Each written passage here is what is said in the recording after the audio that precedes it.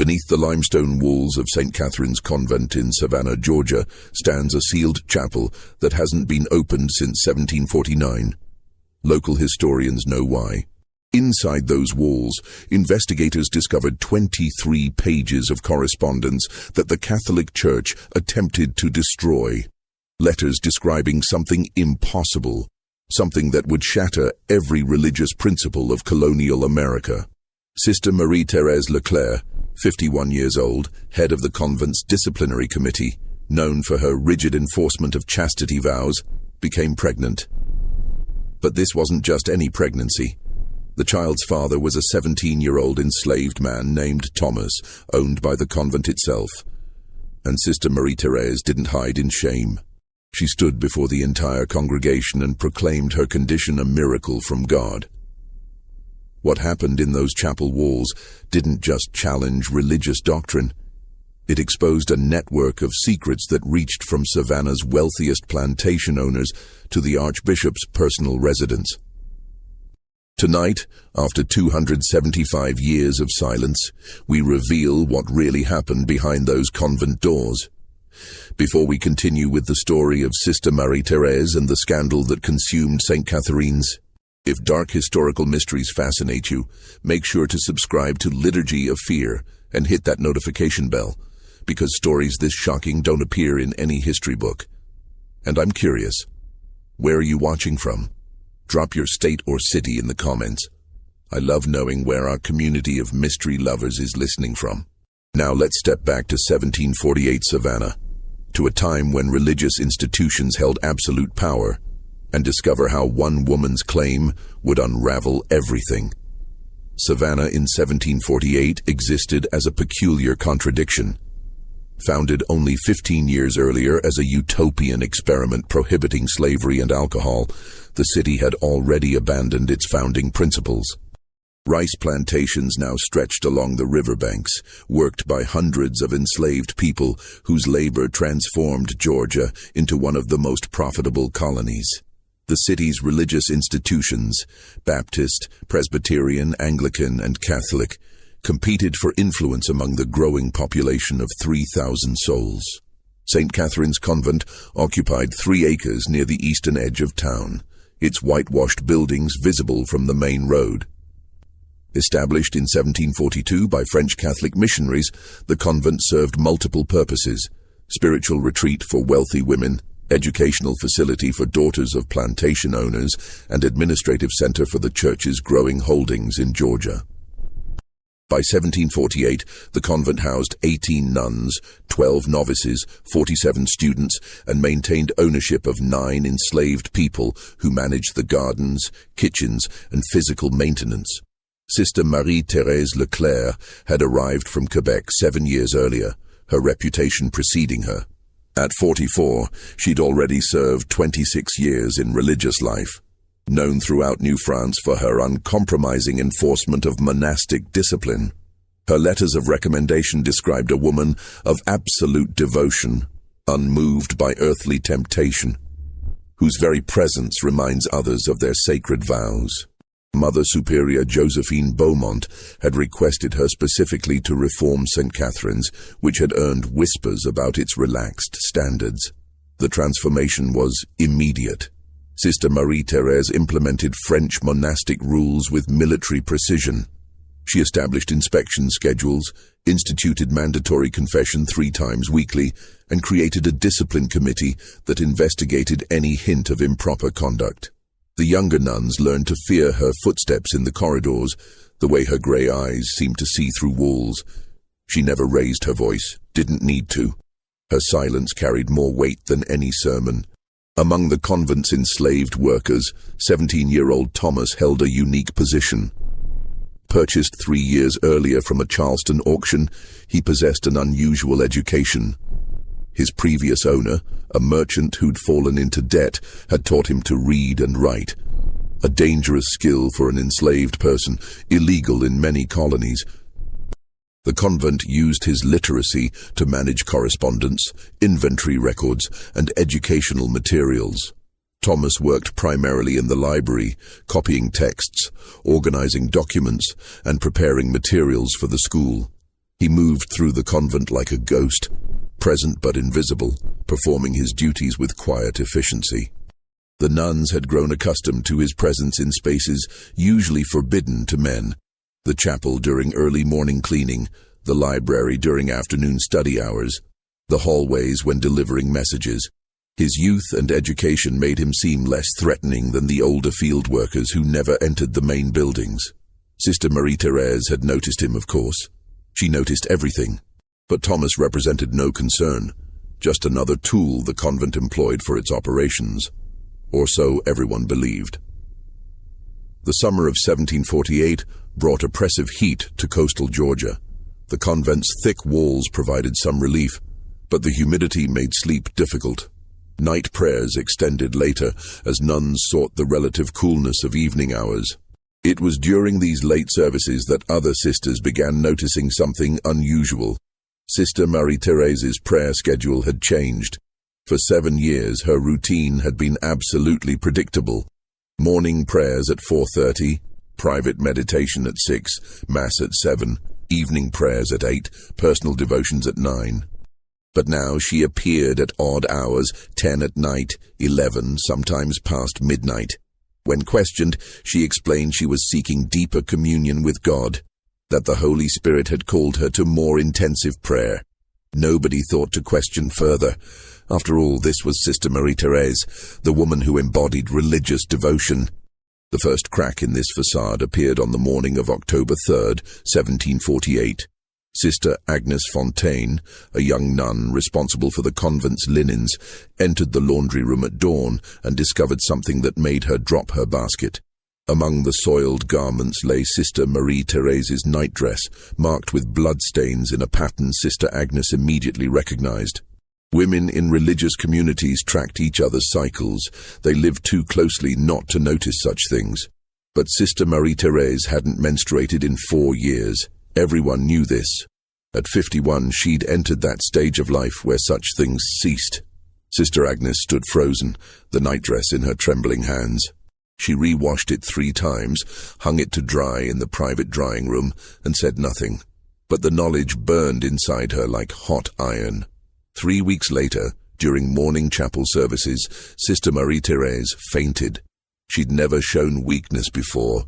Never missed a prayer, never took a day of rest, never complained of any ailment. Mother Superior Josephine ordered her to the infirmary, where Sister Catherine Mercier, who served as the convent's medical attendant, examined her. What Sister Catherine discovered defied explanation. She examined Sister Marie-Thérèse twice, certain she'd made an error. Then a 3rd time. Each examination confirmed the impossible. Sister Marie-Thérèse was approximately 3 months pregnant. Sister Catherine stood in the small infirmary, her hands shaking as she recorded her findings in the medical log. She wrote the entry 3 times, crossing out each version, unable to find words that made sense of what she'd documented. Finally, she wrote simply, "Patient presents with symptoms consistent with early pregnancy. This finding requires immediate consultation with Mother Superior." The meeting took place that same evening in Mother Superior Josephine's private office, a wood-paneled room that smelled of beeswax and old paper. Present were Mother Superior Josephine, Sister Marie-Thérèse, Sister Catherine, and Father Benedict Hammond, the convent's chaplain who'd served in Savannah since its founding. Sister Catherine presented her findings first, her voice barely above a whisper. She detailed the physical symptoms: ceased menstruation, breast changes, morning sickness that Sister Marie-Thérèse had attributed to bad fish at dinner. The examination had been thorough, professional, and left no doubt about the diagnosis. Father Hammond's face flushed red. "This is impossible. Sister Marie-Thérèse has served God for 33 years. There must be another explanation, a tumor perhaps, or some other medical condition that mimics." "I know the difference," Sister Catherine interrupted, a boldness that surprised everyone. "I've attended 17 births in this town. I've examined pregnant women dozens of times. This is not a tumor." Mother Superior Josephine turned to Sister Marie-Thérèse, who sat with perfect posture, her hands folded in her lap, her expression serene. Sister, you must tell us the truth. How did this happen? What Sister Marie-Thérèse said next would echo through Savannah for generations. It is a blessing from God, she said simply. The Lord has chosen me as his vessel, just as he chose the Virgin Mary. I have been faithful to my vows. I have never broken my promise to God, and yet I carry new life within me. If you doubt me, examine my conscience. You will find it pure.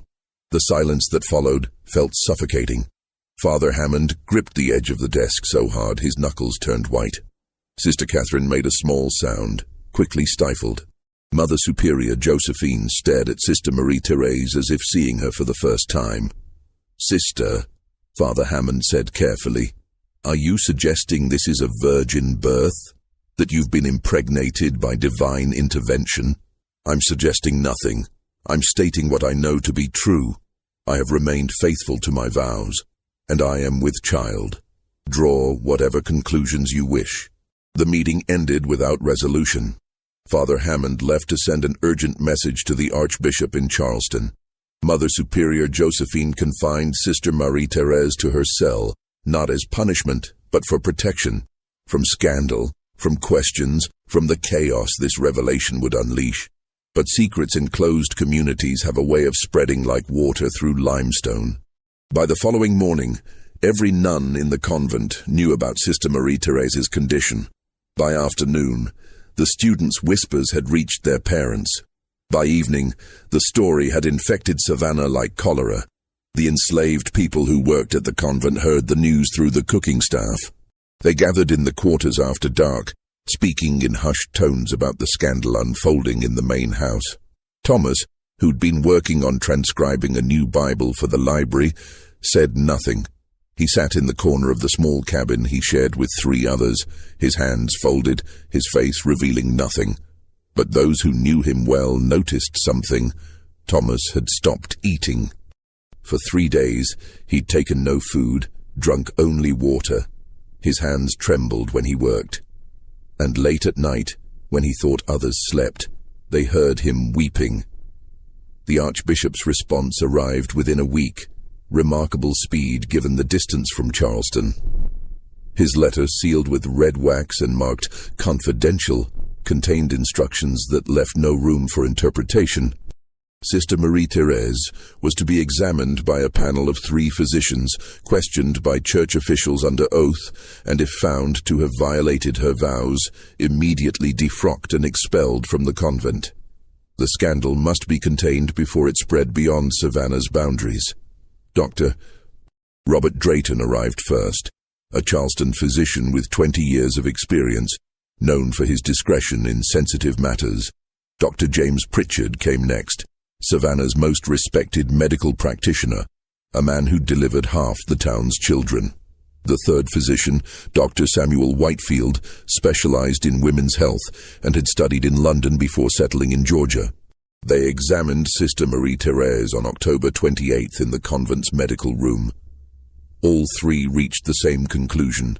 She was approximately 15 weeks pregnant. The child appeared healthy. The pregnancy showed no signs of abnormality. Their written report, preserved in the Charleston Diocese archives, used careful language but left no ambiguity. The patient exhibits all standard markers of natural conception. We find no evidence of medical anomaly or divine intervention. This is a pregnancy resulting from normal physiological processes. The interrogation began the following day. Bishop Marcus Fenwick had traveled from Charleston specifically for this purpose, bringing with him Father Thomas Donnelly, a Jesuit known for his skill in extracting truth from unwilling subjects. They questioned Sister Marie-Thérèse for 11 hours over 3 days. She never wavered, never contradicted herself, never showed doubt or fear. Her story remained absolutely consistent.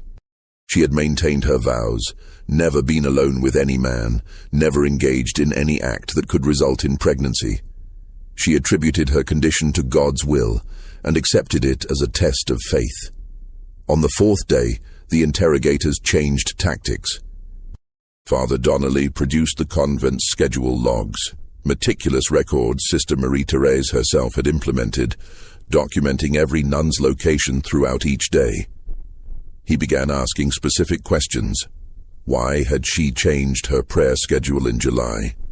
Why had she been in the library at unusual hours? Why had she requested access to the storage chapel, a space normally locked, on 17 separate occasions between June and September? Sister Marie-Thérèse answered each question calmly. The prayer schedule change reflected her growing spiritual needs. The library visits were for research on medieval monastic practices. The chapel access was to inspect storage conditions for valuable religious texts. Then Bishop Fenwick asked the question that shattered her composure. "Sister, do you know a young man named Thomas?" For the first time in 4 days of interrogation, Sister Marie-Thérèse hesitated. The pause lasted only 3 seconds, but everyone in the room noticed it. When she spoke, her voice remained steady, but something had shifted. "Thomas works in the library. I've assigned him copying tasks." "Why do you ask?" "Because Thomas has requested to speak with me," the bishop said. "And what he wants to confess, sister, concerns you." Thomas stood in the bishop's temporary office, a converted classroom at the convent school, and spoke words that would change everything. He'd been granted this audience after sending a note to Father Hammond, written in the careful script he'd learned as a child. The note contained one sentence: "I know the truth about Sister Marie-Thérèse's child." What Thomas revealed over the next 2 hours painted a picture more complex than anyone had imagined. He confirmed that Sister Marie-Thérèse was not lying. Not exactly. She'd maintained her vows, never engaged in any physical act with a man. But the pregnancy was not divine intervention, it was artificial insemination. The concept wasn't unknown in 1748, though it remained largely theoretical. European scientists had experimented with animal breeding, successfully transferring reproductive material from male to female without physical contact. The process had been documented in French scientific journals, debated in medical societies, and condemned by most religious authorities as an attempt to usurp God's role in creation. Sister Marie-Thérèse had read about these experiments in the convent's library. The texts were supposed to be locked away, controversial scientific materials deemed inappropriate for general readership. But as the head of discipline, she had access to everything. She'd studied the procedures, the theoretical applications, the success rates documented in sheep and cattle. Thomas explained that Sister Marie-Thérèse had approached him in late May, asking for his assistance with a religious experiment. She'd been frank about the purpose. She believed God was calling her to demonstrate that a woman's devotion could transcend the physical limitations of age and traditional conception. She would become pregnant while maintaining her vows, proving that faith could overcome nature's boundaries. The procedure required Thomas to provide reproductive material, which he would deposit into a clean glass vessel. Sister Marie-Thérèse would then use a specially prepared syringe. She'd commissioned it from a medical supply merchant in Charleston, claiming it was for administering medicines to sick animals to transfer the material into herself. No physical contact would occur between them. Technically, her chastity would remain intact. Thomas had refused at first. The request horrified him, not just because it violated every social and religious norm, but because he understood the danger. If discovered, he would be killed. No explanation would save him. An enslaved black man involved in a nun's pregnancy? The conclusion everyone would draw, regardless of the truth, would result in his immediate execution. But Sister Marie-Thérèse had used the one form of leverage that Thomas couldn't resist. She'd promised him freedom. She held legal authority to manumit the enslaved people owned by the convent. It required only Mother Superior's signature, which Sister Marie-Thérèse could obtain through her position on the Administrative Council. She showed him documents, draft papers, her personal commitment written and signed. Help her with this experiment, and she would secure his freedom before the child was born. The procedures took place in the locked storage chapel, late at night when everyone else slept. 7 attempts between June and early August. The 8th attempt on August 12th resulted in pregnancy.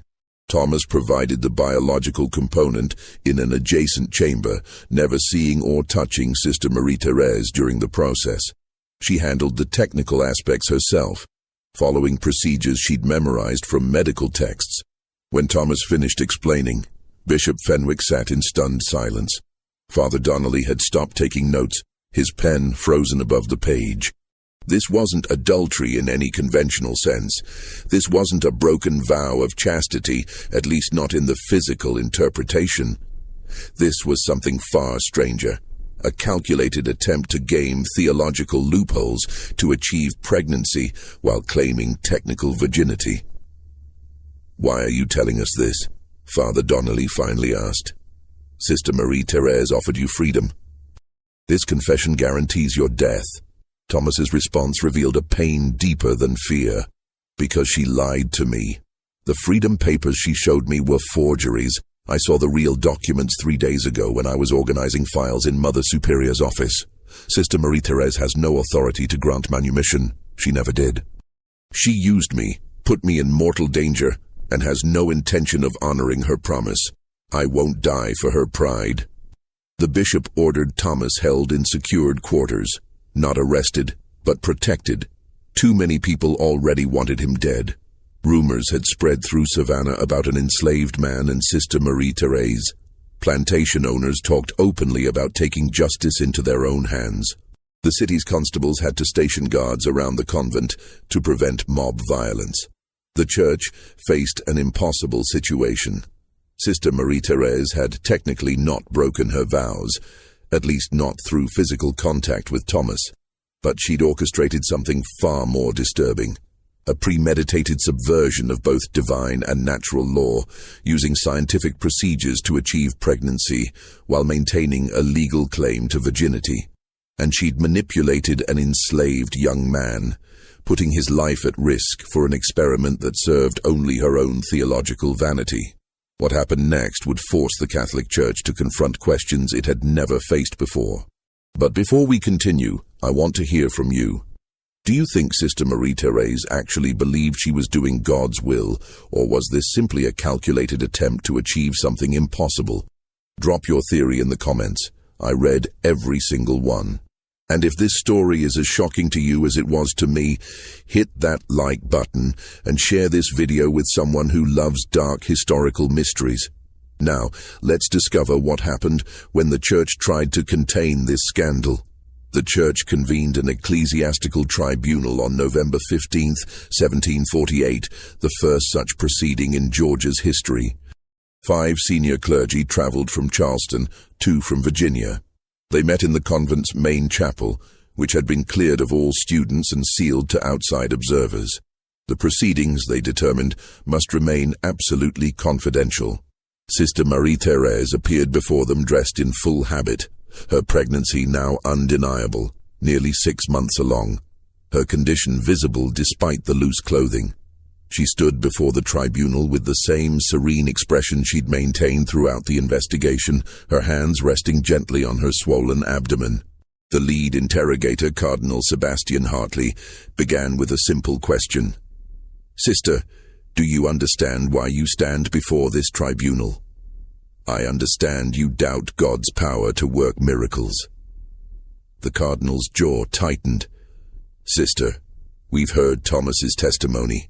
We know about the procedures you performed, the medical equipment you acquired, the scientific texts you studied. This was not a miracle. This was a deliberate manipulation of natural processes. Is there a difference?" Sister Marie-Thérèse asked calmly. "God created nature. God created science.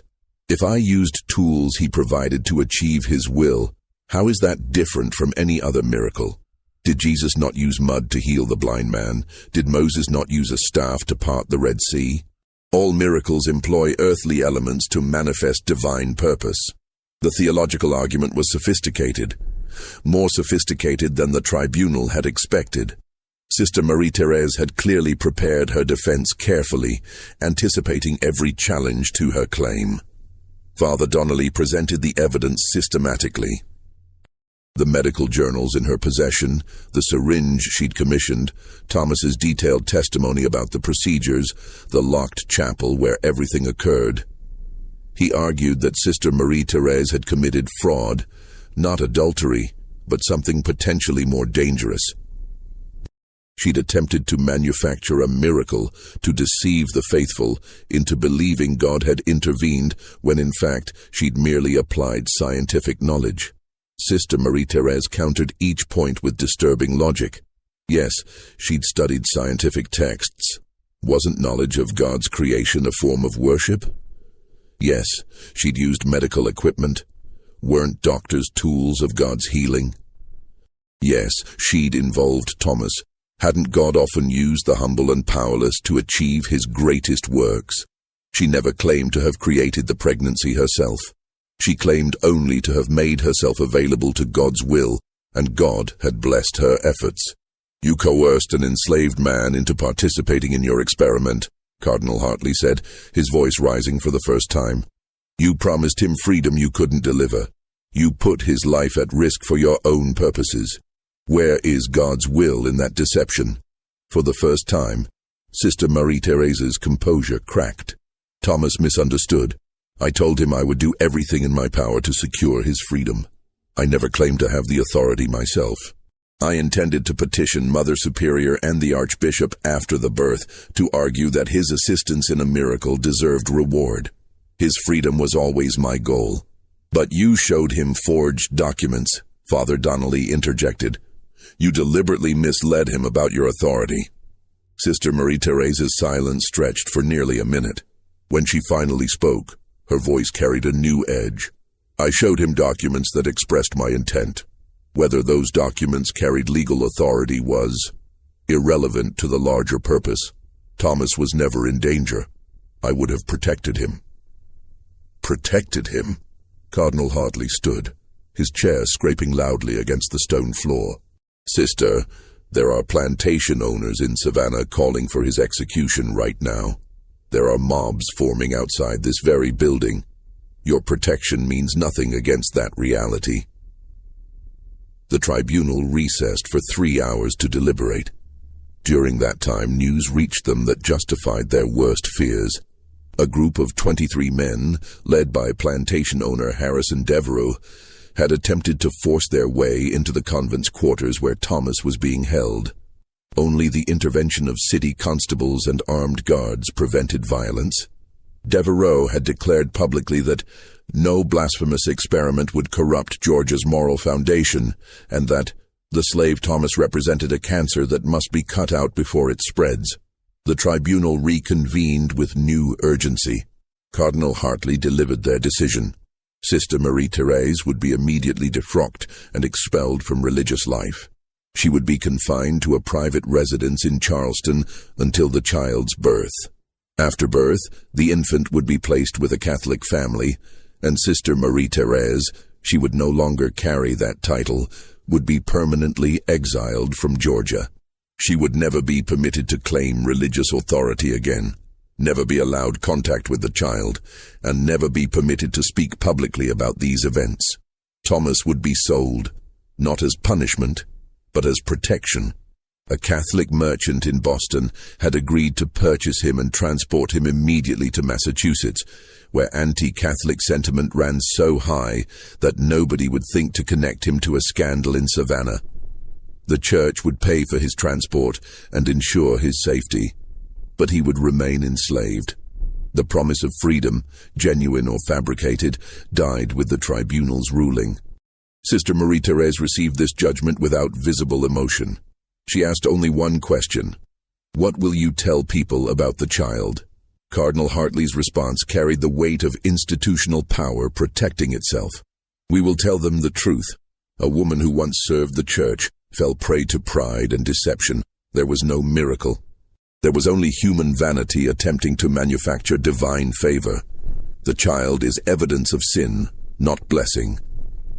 But Sister Marie-Thérèse smiled, a small, knowing expression that sent chills through everyone present. You can tell them whatever you wish, Your Eminence, but the child will be born. And when people see a healthy infant born to a woman who was 51 when conceived, who had not menstruated in years, who the doctors said should have been incapable of pregnancy, when they see that child thriving against all medical probability, what will they believe? Your carefully prepared explanation, or their own eyes? The birth occurred on February 9, 1749, in a private residence in Charleston, a two-story house the church had rented specifically for this purpose. The location was kept secret from all but essential personnel.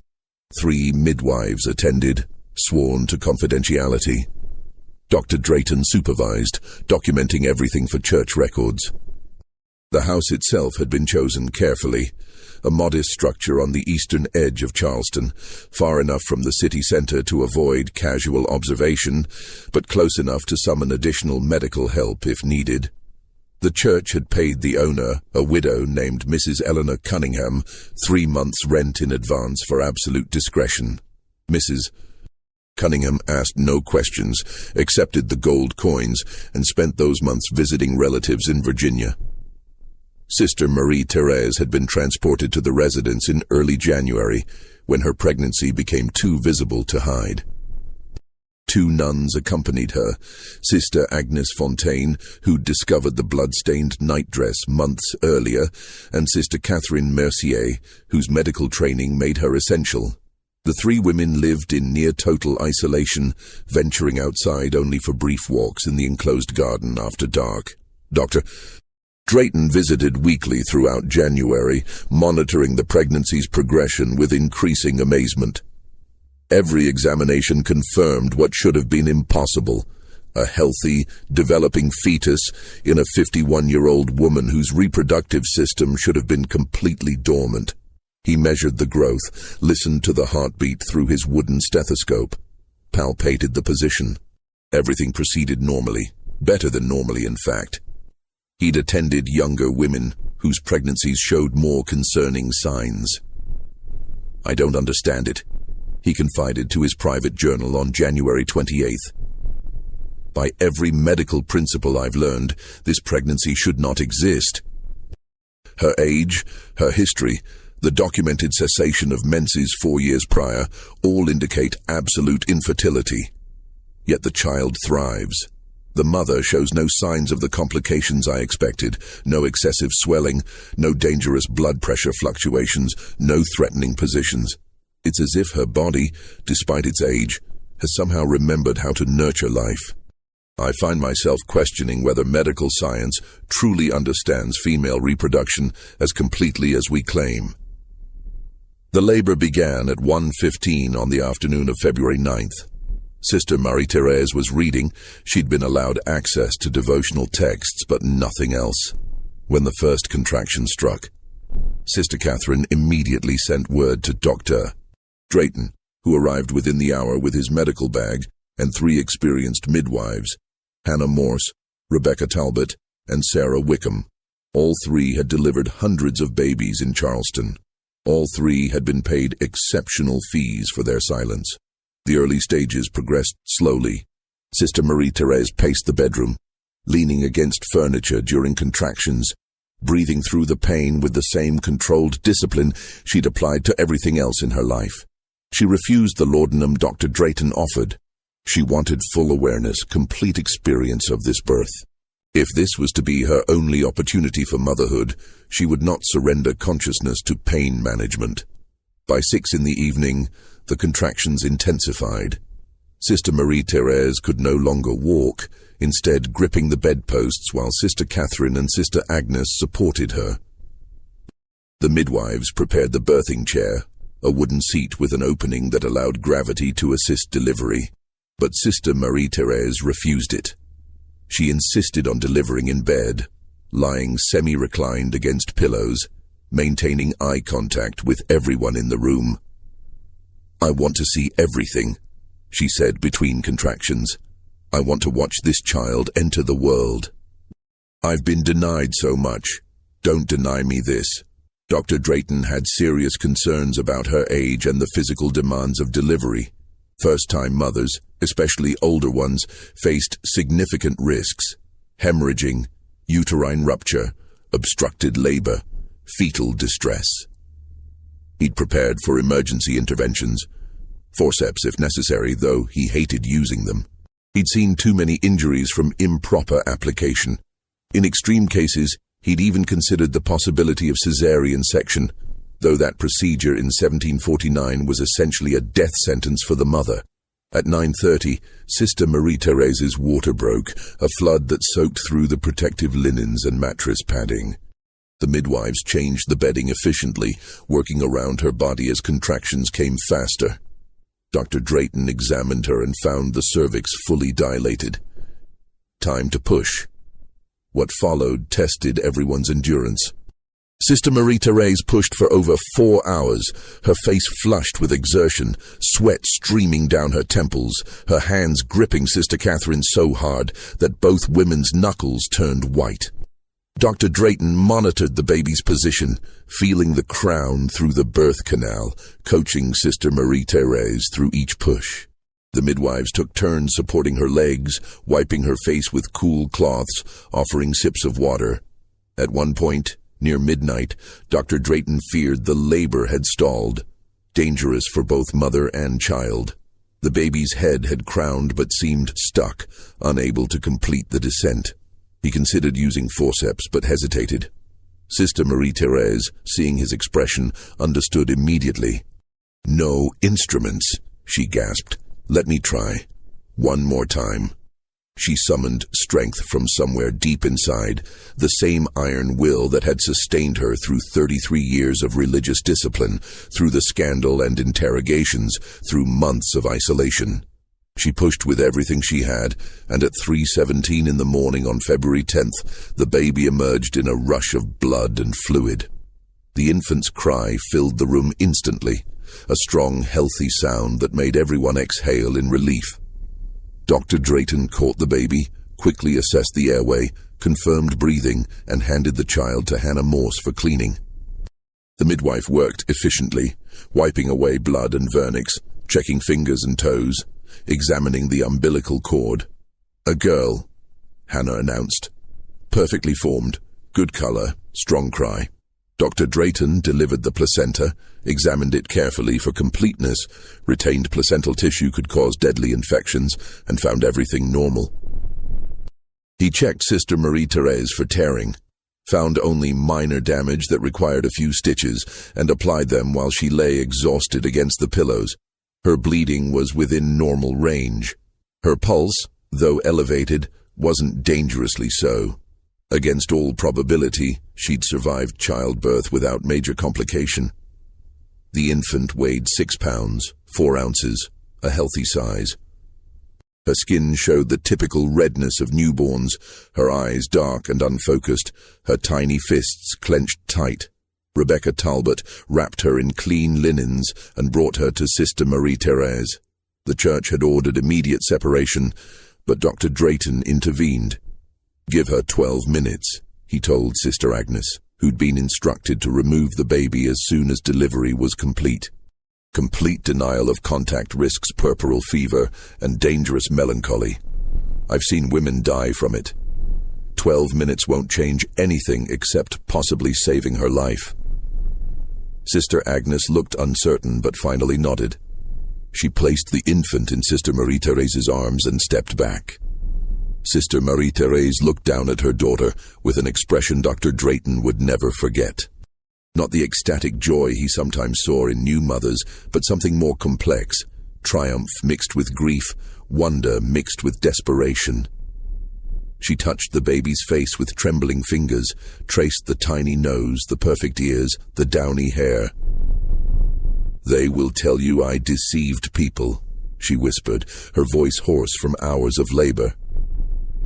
"They will say I manufactured you through pride and manipulation, but I know the truth. I was barren, medically, absolutely barren. 3 physicians confirmed it. Dr. Drayton himself said my body could not support pregnancy.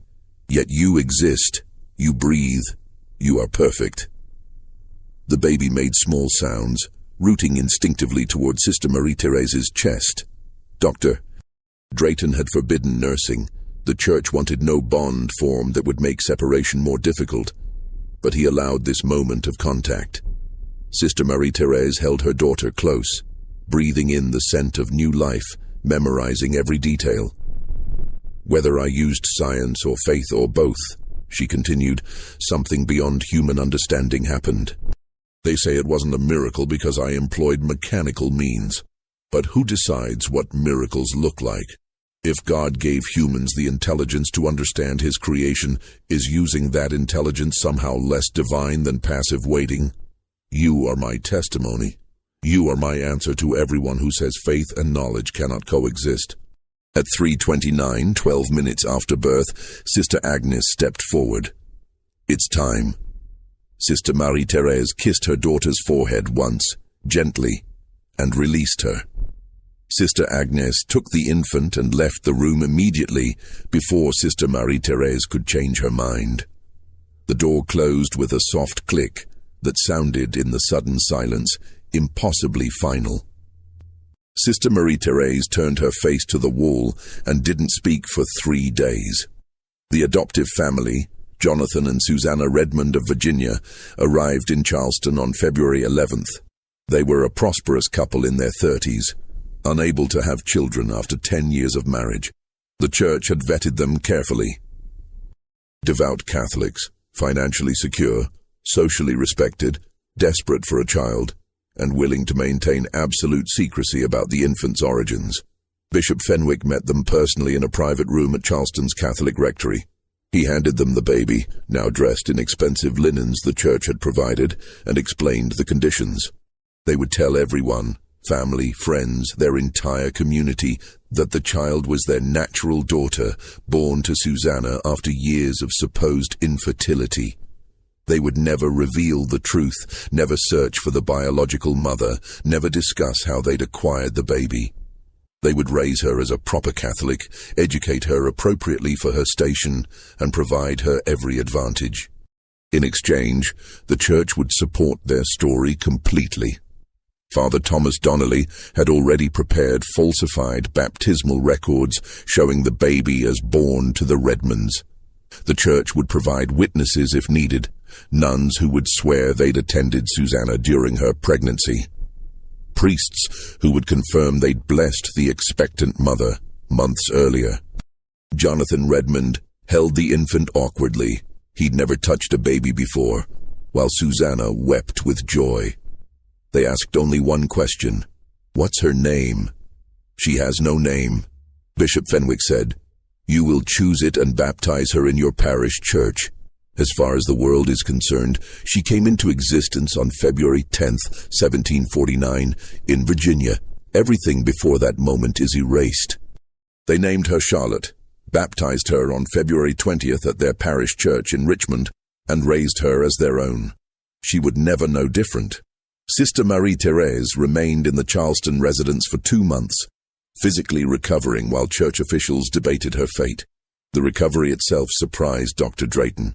He'd expected complications, infections, hemorrhaging, the dangerous puerperal fevers that killed so many new mothers. Instead, Sister Marie-Thérèse healed quickly. Her stitches dissolved normally. Her bleeding stopped within 10 days. By late February, she was physically healthy. Mentally, however, she'd descended into a state Dr. Drayton found deeply concerning. She ate only when Sister Catherine forced food into her hands. She stared at walls for hours without speaking. She refused to pray, wouldn't even hold a rosary when offered. At night, the other women heard her weeping, long sessions of silent tears that seemed to drain away her remaining strength. Sister Catherine, who'd known Sister Marie-Thérèse for 7 years, recognized this wasn't simple grief. This was complete psychological collapse, the breaking of a will that had seemed unbreakable. She invested everything in this. Sister Catherine told Dr. Drayton during one of his visits. Her entire identity, her understanding of her relationship with God, her belief that she could demonstrate faith through knowledge. Now the child is gone. Her religious life is over, and she has nothing left. I fear she may harm herself. Dr. Drayton increased his visits to daily, monitoring not just physical recovery but mental state. He brought her books, not religious texts, but literature, histories, anything to engage her mind. She barely looked at them. He tried conversation, asking about her childhood in Quebec, her early years in religious life, anything to draw her back toward engagement with the world. She answered in monosyllables or not at all. During these weeks, Sister Marie-Thérèse wrote extensively. Letters, theological arguments, personal reflections. Writing seemed to be the only activity that stirred her from lethargy. She filled page after page with neat script, working by candlelight late into the night. Sister Catherine collected these pages each morning, unsure what to do with them. Church officials had ordered that Sister Marie-Thérèse produce no written materials, but Sister Catherine couldn't bring herself to confiscate the only thing that seemed to keep the woman from complete despair. Most of these documents were eventually destroyed when church officials discovered their existence. Only 3 letters survived, preserved by Father Michael O'Brien, a young priest who'd been assigned to assist with Sister Marie-Thérèse's exile preparations. Something in the letters moved him. Their raw honesty, their refusal to recant despite everything, their complex grappling with questions of faith and knowledge. He hid them in his personal papers, a small act of rebellion against institutional orders. The first letter, dated March 5th, was addressed to no one, or perhaps to God, or perhaps to the daughter she'd never see again. They tell me I sinned through pride. Perhaps they're right. But what is faith without action? What is belief without testing? Abraham was willing to sacrifice Isaac to prove his devotion. Was my experiment so different? I offered myself, my body, my reputation, my entire religious life to demonstrate that God's creation includes pathways we haven't yet understood. I studied how life begins. I applied that knowledge. A child was born who doctors said couldn't exist. They call this deception, but I call it partnership with divine purpose.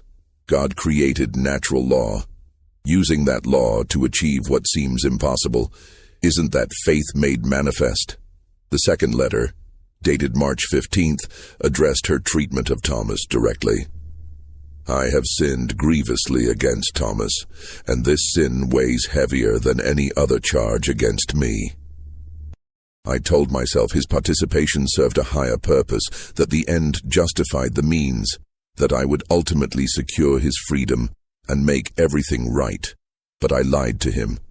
I showed him forged documents. I manipulated his desperate hope for liberty to serve my goals. I told myself I would protect him, but I couldn't. I didn't. The church sold him away to save itself from scandal, and I lacked the power or position to intervene. If there is damnation, I deserve it not for the pregnancy. I still believe that was righteous, but for how I treated another human being as a tool rather than a soul equal in God's eyes. Thomas, if you somehow read these words, know that I am sorry. It changes nothing, repairs no harm, but it is true. The third letter, dated March 29th, contained her theological defense, the argument she'd been refining since the tribunal. The church fathers who condemned me claim that manipulating natural processes cannot constitute divine intervention. But I ask, what is prayer but an attempt to influence divine will? What are sacraments but physical materials, bread, wine, water, oil, used to convey spiritual grace? What is any religious practice but human action intended to connect with transcendent reality? I used knowledge instead of ritual, science instead of ceremony, but the goal remained identical, to demonstrate God's power working through human agency. They reject my method while embracing their own, but both rely on the same principle, that divine and human action can intersect. They call their intersections holy, and mine heretical simply because I employed tools they don't yet understand or approve.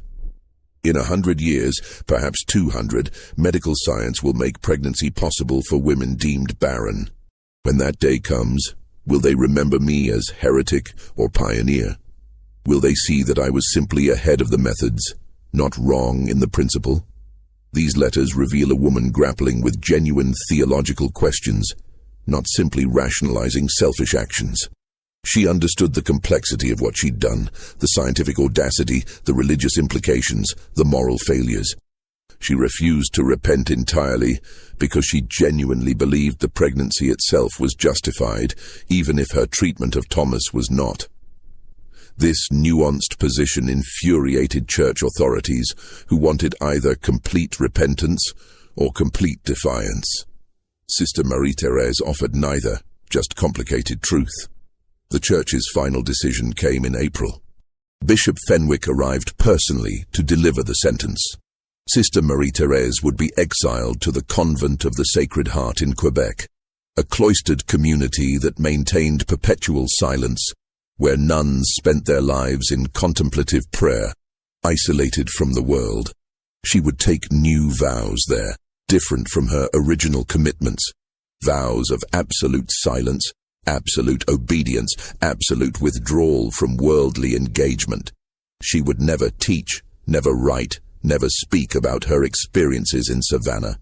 She would be listed in official records as having died in Charleston in 1749.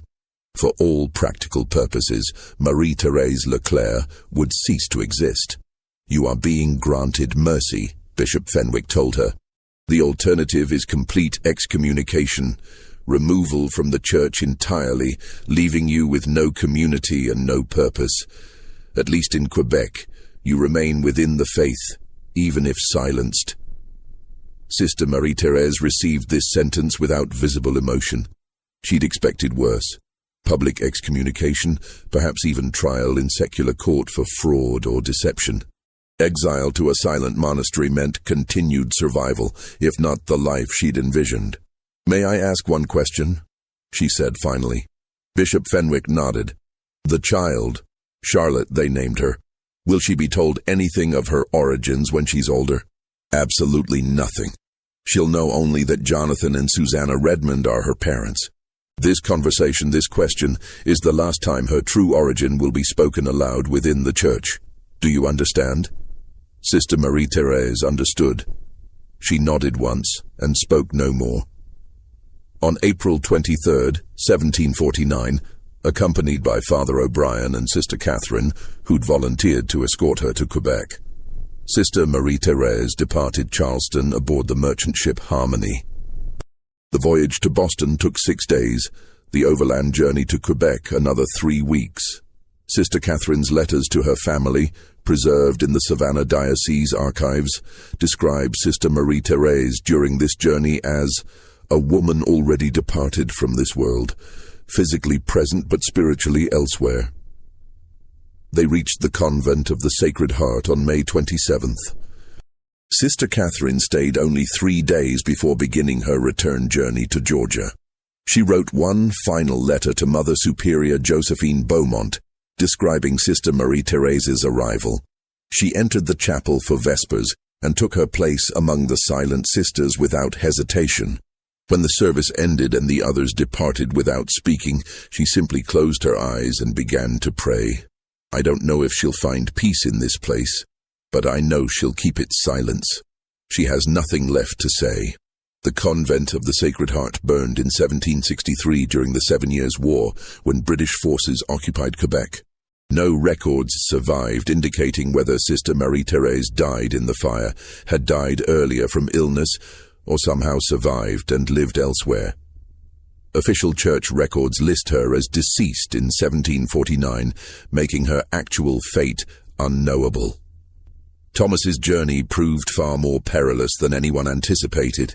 He'd arrived in Boston on December 4th, 1748, sold to merchant Isaac Pemberton for £42, significantly above market value, with the church paying the difference to ensure Pemberton's cooperation in keeping Thomas's origins secret. Pemberton operated a shipping and textile business that required educated workers capable of managing accounts, correspondence, and inventory. Thomas fit these requirements perfectly. Pemberton installed him in a small office above the warehouse, gave him ledgers to maintain, and initially seemed satisfied with the arrangement. But Boston's religious climate proved more hostile than the church had anticipated. The city's Puritan majority viewed Catholic institutions with deep suspicion, And the Savannah scandal, though details remained suppressed, had leaked enough information to spark intense interest. Newspapers published speculative articles. Ministers delivered sermons about Catholic corruption. The mere hint of conspiracy involving nuns, enslaved people, and supposed miracles inflamed existing prejudices. Reverend Jonathan Cole of the Old North Church became particularly obsessed with the case. He'd heard rumors that someone connected to the scandal had been relocated to Boston, and he was determined to expose what he called papist deception, threatening New England's moral purity. Throughout December 1748 and January 1749, he preached sermons on the topic, never naming Thomas directly, but describing a plot involving religious figures, enslaved people, and attempts to manufacture false miracles that would deceive honest Christians. Thomas kept his head down, worked diligently, and hoped the attention would fade. He lived in the warehouse's upper floor, rarely venturing into the city, avoiding any situation that might draw notice. He'd learned in Savannah that visibility meant danger. Pemberton had instructed him to tell anyone who asked that he'd worked for the merchant for years, that he'd been purchased from a Virginia estate, that his education came from a kindly previous owner. The story was thin but believable enough if nobody investigated closely. The situation remained manageable until March 7, 1749, when disaster struck. A sailor who'd worked on the ship that transported Thomas from Charleston happened to dock in Boston, and after several drinks in a waterfront tavern, mentioned to his companions that he'd carried the black fellow from that Catholic nun scandal down in Georgia. And the sailor didn't know Thomas's name and couldn't point to his location. But the mere confirmation that someone connected to the scandal was in Boston sparked immediate uproar. Reverend Cole heard the rumor within hours. Boston's religious community communicated with remarkable efficiency when Catholic scandal was involved. He immediately began investigating, questioning merchants who'd recently acquired enslaved workers, checking dock records, interviewing ship captains. His persistence paid off. By March 9th, he'd identified Pemberton's recent purchase of an unusually educated enslaved man from Charleston. Cole appeared at Pemberton's warehouse on March 10th, accompanied by 6 members of his congregation. They demanded to see Thomas, insisting they had questions about Catholic corruption and deception. Pemberton, caught between business interests and community pressure, made a calculated decision. He couldn't hide Thomas. Cole would simply return with more people, possibly with constables. But he also couldn't hand Thomas over to what was clearly becoming a mob. "Thomas works for me," Pemberton told Cole firmly. "He's my legal property, purchased legitimately. If you have questions about Catholic Church activities, direct them to the church. Thomas is simply a worker who had the misfortune of being owned by a Catholic institution. He's guilty of nothing except being in the wrong place." Cole wasn't satisfied. He participated in sacrilege. He helped manufacture a false miracle. He defiled a bride of Christ. The details don't matter. His very existence here, his freedom to walk and work among honest Christians, is an affront to God. The confrontation grew heated. Cole's followers demanded Thomas be turned over for proper questioning. Pemberton refused, threatening to summon constables if they didn't leave his property. The standoff lasted 3 hours before Cole finally departed, but not before making his intentions clear. This isn't over. That man will answer for his sins, whether you protect him or not. Pemberton understood the danger immediately. Boston's constables might theoretically protect property rights, but they wouldn't risk public disorder to protect an enslaved man connected to Catholic scandal. If Cole returned with a larger mob, Pemberton would have no choice but to surrender Thomas or risk his business being destroyed. That night, Pemberton made arrangements. He owned merchant vessels that traded throughout the Atlantic. One ship, the Providence, was scheduled to depart March 11th for Nova Scotia, carrying textiles and tools to Halifax. Pemberton had business contacts there, including a merchant named William Barrett, who occasionally needed workers for his warehouse operations. "I'm sending you to Halifax," Pemberton told Thomas the next morning. "It's not freedom. I'm signing you over to Barrett, who'll manage you there. but it gets you out of Boston before this situation explodes. Barrett's a decent man, he'll treat you fairly. And Halifax is far enough from these religious wars that nobody will care about your past. Thomas had no choice but to agree. That afternoon he boarded the Providence with nothing but the clothes he wore and a small satchel containing writing materials Pemberton had given him. The ship departed at dusk, slipping out of Boston Harbor, while Reverend Cole was organizing a larger group to return to Pemberton's warehouse the following day. The voyage to Halifax took 12 days, March 11th through March 23rd.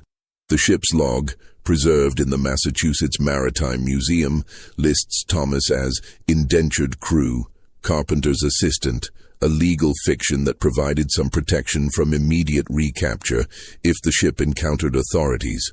In reality, Thomas worked primarily in the cargo hold, organizing goods, managing inventory, and assisting with loading and unloading at ports. The Providence reached Halifax on March 23, 1749. Halifax itself was barely a town, founded only months earlier as a British colonial outpost to counter French presence in Nova Scotia, with a population of around 2,500 people, mostly military personnel, merchants, and a small number of enslaved or indentured workers. The settlement consisted of rough buildings, muddy streets, and a constant sense of precarious establishment. William Barrett met the ship personally. He was a Scottish merchant in his 40s who'd established a small trading operation supplying the military garrison. His warehouse needed someone literate to manage records, correspondence, and inventory. Work he'd been doing himself but preferred to delegate. Pemberton's letter had described Thomas's education and skills, making him valuable despite the suspicious circumstances of his transfer. Barrett examined Thomas with practical assessment. "You can read and write?" "Yes, sir." "Keep accounts?" "Yes, sir." "Pemberton says you're involved in some church scandal down south. I don't care about that. I care whether you'll work honestly and competently. Will you?" "Yes, sir." "Good. You'll live in the warehouse, manage my records, and help with physical operations when needed. I pay workers in goods, food, clothing, supplies. If you prove valuable, I may consider eventual manumission, but that's years away and dependent on circumstances. Understood?" Thomas understood. This was far better than he'd expected. Work that utilized his education, an owner who seemed pragmatic rather than cruel, and distance from the religious persecution that had threatened his life in Boston. He settled into Halifax's rhythms quickly. The work was manageable, the conditions tolerable. Barrett treated him fairly, never raising hand or voice, paying in promised goods.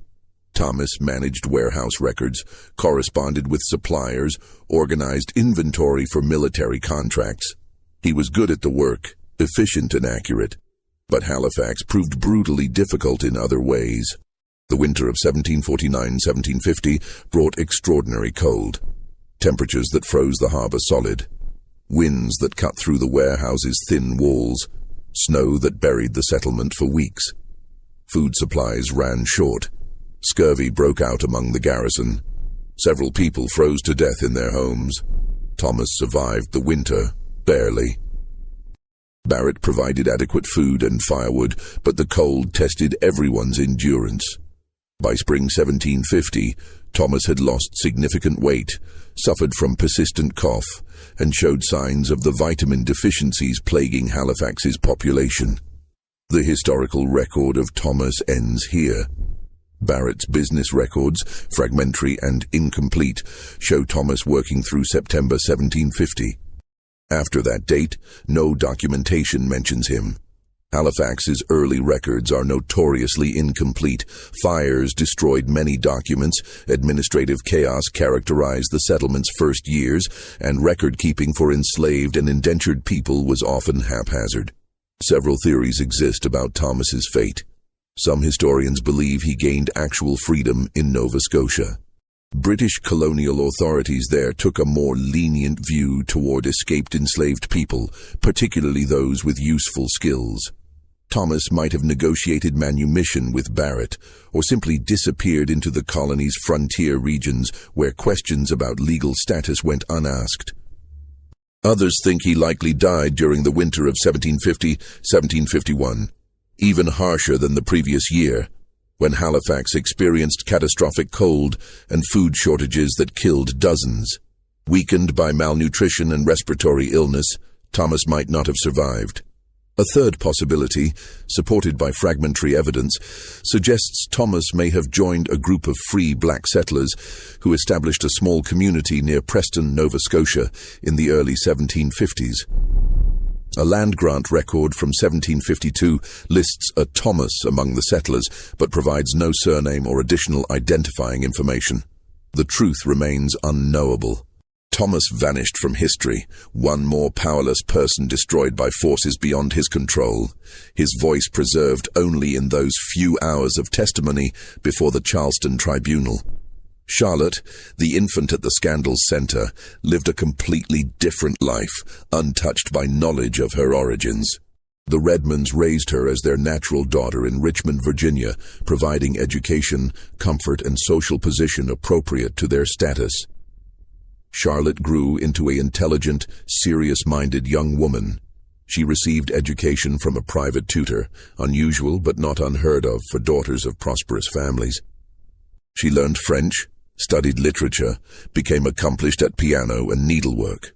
Family correspondence preserved in the Virginia Historical Society describes her as thoughtful beyond her years, sometimes melancholy, but dutiful and kind.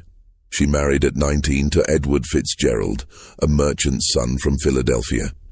The marriage was companionable if not passionate. They lived together respectfully, managed household affairs efficiently, and raised 4 children who survived to adulthood.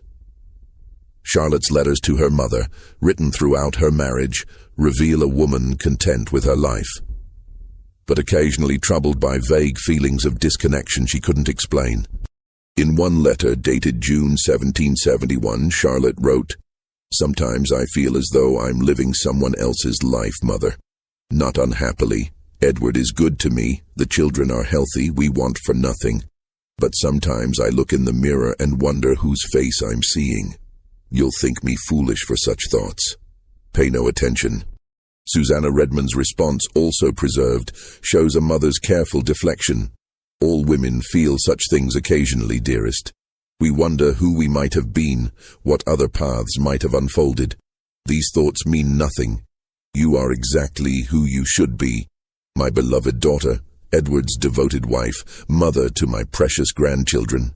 Nothing else matters." Charlotte lived to age 73, dying in Philadelphia in 1822, surrounded by family. Her obituary in the Philadelphia Gazette described her as a woman of exemplary character, devoted mother, and generous supporter of charitable works. She'd lived an entire life, raised children who raised children, impacted her community in small but meaningful ways. She never knew the circumstances of her conception, the scandal that surrounded her birth, or the remarkable woman who'd brought her into the world through such extraordinary means. Whether Charlotte ever suspected her origins were more complex than she'd been told remains unknown. Family stories suggest she occasionally questioned why she bore no physical resemblance to either parent. She was taller than both Redmonds, darker-haired, with facial features that matched neither family line. But these questions, if she asked them, received no answers that disturbed her understanding of herself. St. Catherine's Convent never recovered from the scandal. Enrollment dropped catastrophically. Prosperous families who'd sent daughters there withdrew them immediately, unwilling to associate with an institution tainted by such controversy. By 1755, the facility housed only 8 nuns, 12 students, and had lost most of its financial support. The Catholic Church closed it permanently in 1758, selling the property to merchant Samuel Dawkins, who converted the buildings into warehouses. During the conversion, workers sealed the storage chapel where Sister Marie-Thérèse had performed her procedures. Official documents cite structural concerns about the chapel's foundation, but church correspondence suggests the real motivation: eliminating any physical space associated with the scandal. Whatever materials or evidence might have remained inside, equipment, documents, any trace of what occurred there, was buried behind brick walls that remain intact today. The sealed chapel remained untouched, its secrets buried behind stone and mortar. The convent's closure in 1758 marked the end of St. Catherine's presence in Savannah, but not the end of whispered stories about what had occurred within those walls. In the years immediately following the scandal, Savannah's Catholic community fractured. Many families who'd supported the convent withdrew their patronage from the church entirely, unwilling to associate with an institution that had harbored such controversy. Protestant ministers used the scandal as evidence of Catholic moral corruption, pointing to it in sermons for years afterward. The few remaining Catholic families in Georgia found themselves defending their faith against constant suspicion. Mother Superior Josephine Beaumont, who'd requested Sister Marie-Thérèse's transfer to Savannah 7 years earlier, lived with profound guilt. She'd brought Sister Marie-Thérèse specifically to reform the convent's discipline, never imagining the woman would orchestrate something so elaborate. In letters to her sister in New Orleans, preserved until her death in 1756, Josephine wrote, "I thought I was bringing God's strictest servant to guide us toward righteousness. Instead, I brought a woman whose devotion had twisted into something I cannot name. Was it pride? Madness? True faith gone astray? I will die not knowing, and perhaps that uncertainty is my penance." The other nuns who'd lived through the scandal carried their own burdens. Sister Agnes Fontaine, who'd discovered the blood-stained nightdress, left religious life entirely in 1752, returning to her family in Charleston. Sister Catherine Mercier, who'd attended the birth and later accompanied Sister Marie-Thérèse to Quebec, continued serving in various convents until her death in 1772, but her letters suggest she never fully reconciled what she'd witnessed. "I saw a healthy child born to a woman who should not have been capable of bearing life," she wrote to a fellow nun in 1760. "I held that infant in my hands. Whatever Sister Marie-Thérèse's sins, whatever her methods, that child was real and perfect. How do we understand such things?" Thomas's owner in Halifax, William Barrett, mentioned him only once more in surviving correspondence. In a letter to a business associate dated November 1750, Barrett wrote, "The worker Pemberton sent me proved capable for a time, but has since departed my service. I know not where he went, nor do I inquire too closely. Some men carry shadows that follow them everywhere, and I've learned not to stand too near such shadows, lest they fall on me as well." Charlotte Fitzgerald, born Charlotte Redmond, lived her entire life in Virginia and Pennsylvania, bearing and raising 4 children who knew nothing of their grandmother's history. Her husband Edward's business prospered modestly, providing comfortable if not wealthy circumstances. When Charlotte died in 1822, her daughter Eleanor sorted through her mother's possessions and found a small wooden box containing items Charlotte had treasured. Her mother's wedding ring, pressed flowers from her wedding day, letters from her father, and curiously, a single page torn from a Bible, the page containing Luke's account of the Annunciation, when the angel Gabriel tells Mary she will bear a child. Eleanor noticed her mother had underlined certain phrases. "How shall this be, seeing I know not a man? And for with God nothing shall be impossible." Why these particular verses held meaning for Charlotte, Eleanor never learned. She kept the page with her mother's other effects, and it passed through generations of the Fitzgerald family, its significance forgotten. In Savannah, the warehouse that had once been St. Catherine's Convent stood as a reminder of scandals slowly fading into local legend. By 1780, most people who'd lived through the original events had died. The stories that remained grew distorted through retelling. Some claimed the nun had been possessed by demons, others that she'd been carrying on an affair with multiple men, still others that the entire incident had been fabricated by Protestant enemies of the church. The truth, documented in letters scattered across church archives from Charleston to Quebec, remained hidden. The church had succeeded in its primary goal, burying the scandal so thoroughly that specifics became unknowable. Only those with access to sealed diocesan records, and few had such access, could piece together what actually occurred. Dr. Drayton, who'd attended the birth, kept his private journal until his death in 1771. In his final entry, written 3 days before a stroke killed him, he reflected on the case that had troubled him for 22 years. "I have delivered hundreds of children in my practice. I have seen births that defied expectation, mothers who survived against all odds, infants who thrived despite every disadvantage. But I have never seen anything like what I witnessed in February 1749. A woman of 51, declared barren by multiple physicians including myself, bearing a healthy child after a pregnancy that proceeded with fewer complications than I see in women half her age. Was it miracle? Was it medicine? Was it simply nature proving our understanding incomplete? I die not knowing, and perhaps that is as it should be. We are not meant to understand everything. We are meant to witness, to document, and to remain humble before mysteries that exceed our comprehension. The Catholic Church never officially acknowledged the scandal beyond internal correspondence. No public statement was ever issued. No explanation was ever offered to the families who'd entrusted their daughters to St. Catherine's care. The silence was absolute and intentional, a calculated decision that truth buried would fade faster than truth confronted. By 1800, 50 years after Sister Marie-Thérèse gave birth in that Charleston residence, the story had transformed into vague legend. Old people in Savannah occasionally mentioned something that happened at the Catholic convent long ago, but specifics had dissolved into rumor and speculation. The sealed chapel remained sealed.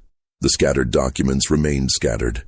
The people who'd lived through the scandal, Sister Marie-Thérèse in her silent monastery, Thomas in whatever fate befell him, Charlotte in her peaceful ignorance, carried their pieces of truth to graves separated by hundreds of miles. What remains is the uncomfortable recognition that extraordinary events occurred in colonial Savannah, events that challenged religious doctrine, medical understanding, and social order. A woman claimed to use scientific knowledge in service of faith. A young man was manipulated and discarded. A child was born against probability and raised in complete ignorance of her origins. An institution chose reputation over truth, silence over accountability. The facts documented in surviving letters and records confirm these elements occurred. Whether Sister Marie-Thérèse's methods actually worked, whether the pregnancy resulted from her procedures or from natural fertility doctors had incorrectly dismissed, whether her claims of divine purpose were genuine faith or elaborate rationalization. These questions remained unanswered in her lifetime and remain unanswered still. What cannot be disputed is that a woman of 51 bore a healthy child in 1749, that this event caused a scandal the Catholic Church desperately tried to erase, and that lives were irrevocably changed by decisions made behind those convent walls. The rest, interpretation, judgment, understanding, belongs to those who encounter the story and must decide for themselves what it means.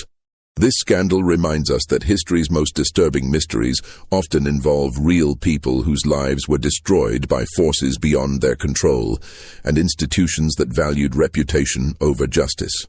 What do you think of Sister Marie-Thérèse's actions? Was she a woman of genuine faith who believed knowledge and devotion could coexist, or was she simply driven by pride and ambition? And what about Thomas, an innocent person whose only crime was desperate hope for freedom? Leave your comment below with your thoughts. If you enjoyed this dark tale from America's hidden past, subscribe to Liturgy of Fear, hit that notification bell, and share this video with someone who loves historical mysteries that challenge everything we think we understand. Until next time, remember that the darkest chapters of history are often the ones powerful institutions tried hardest to erase.